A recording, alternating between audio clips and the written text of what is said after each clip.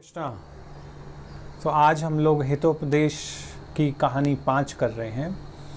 और पिछली कहानी में हमने बताया था कि जो हिरण्यक नाम का चूहा है और लघुपतनक एक कौवा है, दोनों की दोस्ती हो गई। अब लघुपतनक ने कहा कि अब मुझे यहाँ ना खाना नहीं मिलता, कौवे ने कहा, और मैं अब यहाँ से जाना चाहता हूँ दूसरे देश में अपने खाना ढूंढने के लिए। तो यहाँ पर फिर जो हिरण्यक चूहा है उसने कहा कि जो बुद्धिमान व्यक्ति है वो अगला पैर रखकर पिछला पैर बाद में उठाता है। इसी तरह जब तक आगे भोजन ना मिले हमें पीछे जितना भी मिल रहा है उसे छोड़ना नहीं चाहिए। तो इस प्रकार दोनों में चर्चा हो रही थी। तो फिर लघुपतनक कौवे ने कहा कि मेरा एक बहुत अच्छा मित्र है, दंडक वन में कर्पूर नाम का एक सरोवर है, वहाँ पर एक मेरा मित्र है कछुआ, और जिसका नाम है मंथर, और वो हमें खूब से वेलकम करेगा, हमारा सत्कार करेगा और हमें रहने की जगह देगा। तो हम लोग वहाँ चलते हैं। और फिर हिरण्यक जो ने कहा कि मैं भी तुम्हारे साथ ही चलता हूँ, क्योंकि जहाँ पर मान सम्मान ना हो, जीविका ना हो, भाई बंधु ना हो, उस स्थान को और विद्या ना हो विशेष रूप से, क्योंकि दोनों में विद्या का आदान प्रदान हो रहा था। और ये 4 चीज़ें जहाँ पर ना हो तो वहाँ पर रहने का कोई पॉइंट नहीं है, वहाँ रहना नहीं चाहिए। इसी प्रकार भक्तों को भी वहाँ रहना चाहिए जहाँ पर उन्हें कृष्ण भक्ति, कृष्ण विद्या मिले, और भगवान कृष्ण के जो भक्त हैं उन भक्तों के रूप में भाई बंधु मिले, वहाँ रहना चाहिए। और जीविका ऐसी हो जो कृष्ण भावना में जो है उनकी कृष्ण भावना में सहायता करे, और जहाँ सम्मान उनका भक्त के रूप में हो, किसी और रूप में ना हो, ऐसे स्थान पर रहना जो है भक्तों के लिए श्रेयकर है।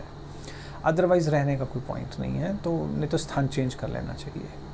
ऐसा नहीं कि आप भक्तों के बीच में पड़े रहें, मान सम्मान है नहीं फिर भी, लेकिन क्योंकि पैसा मिल रहा है सिर्फ इसलिए चले जाएं। ये 4 चीज़ें होनी चाहिए: सम्मान और जीविका, धन जो भक्ति में सहायक हो, भाई बंधु यानी फ्रेंड्स ऐसे हों जो भक्त हों, और विद्या, भगवत ज्ञान जो है वो रेगुलर मिलना चाहिए। क्योंकि जब तक हम लोग निरंतर ज्ञान का अनुशीलन नहीं करेंगे, भक्ति के बारे में नहीं सुनेंगे, तो हम भक्ति में आगे प्रगति नहीं कर सकते। तो इस प्रकार ये दोनों जो थे उस सरोवर, कर्पूर नाम के सरोवर में चल पड़े, और चूहा जो था पीछे पीछे चल पड़ा, कौवा आगे आगे। और वहाँ पर जब पहुँचे तो मंथर नाम का जो कछुआ था उसने इनका बहुत आतिथ्य सत्कार किया, और उसने कहा कि जैसे ब्राह्मणों द्वारा अग्नि पूज्य है, और चारों वर्णों के द्वारा ब्राह्मण पूज्य है, और पत्नी के द्वारा पति पूज्य है, उसी प्रकार अतिथि जो है सबके लिए पूज्य है।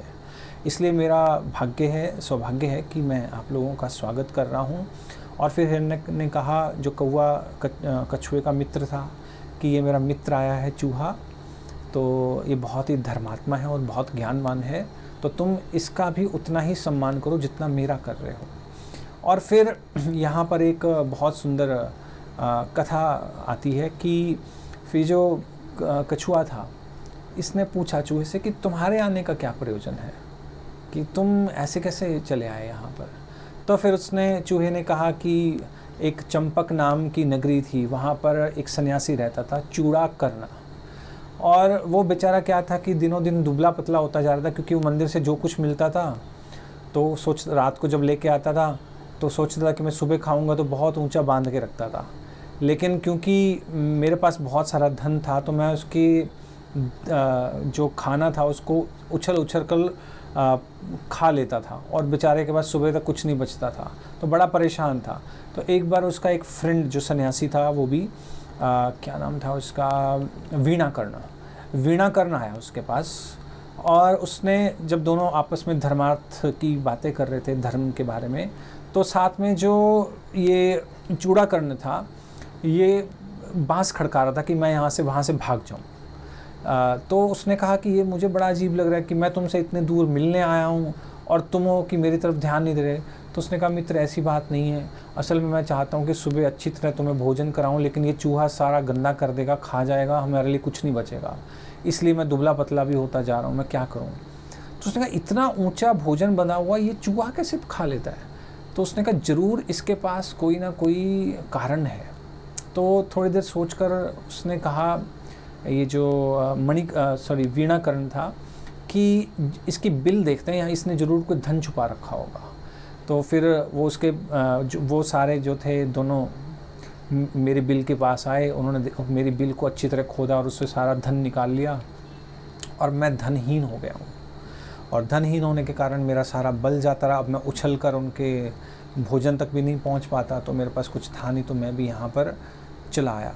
और वैसे कहते भी हैं कि जो सामर्थ्य है और उत्साह है और बल है, ये जो तीनों चीज़ें हैं ये धन से आती हैं। लेकिन भक्ति में बिल्कुल इसके विपरीत होता है।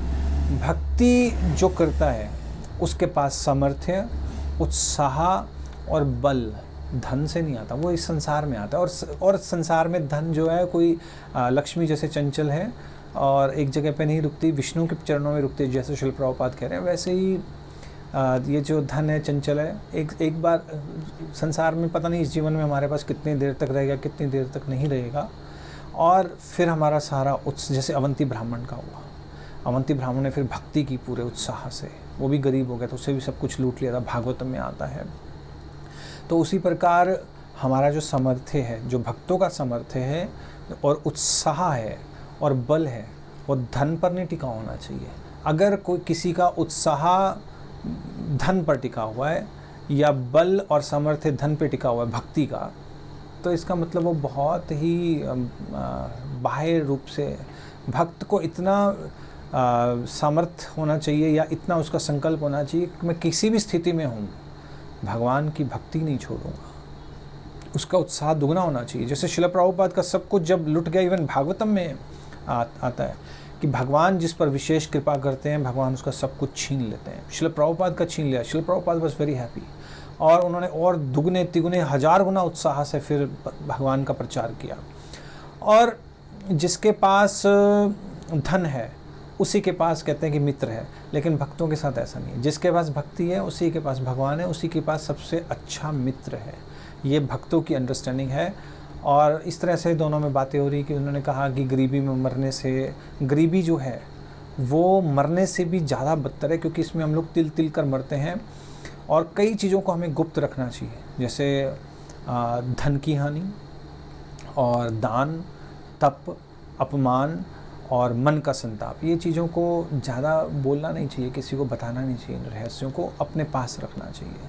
और फिर उदार जो है वो मर जाएगा लेकिन वो कृपण नहीं होगा। जैसे अग्नि बुझ जाएगी लेकिन ठंडी कभी नहीं होगी।